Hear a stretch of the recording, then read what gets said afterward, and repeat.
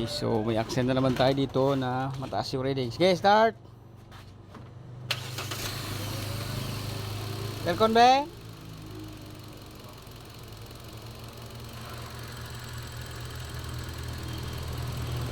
Ay, okay siya, no?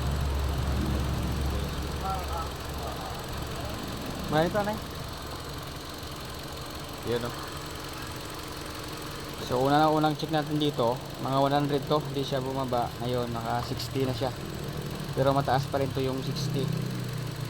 Okay, so magpalit tayo dito ng solenoid at saka yung hose. Hose niya.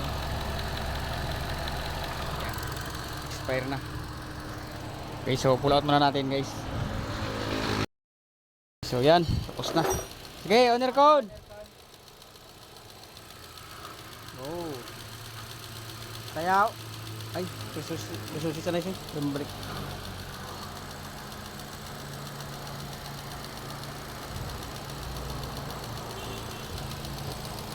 So, nakalimutan namin mabalik ng sakit ng pressure switch.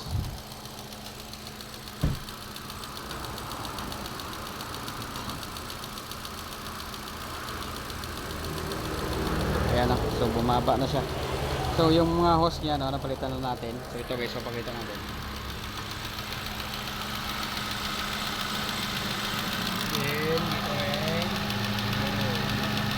Wala.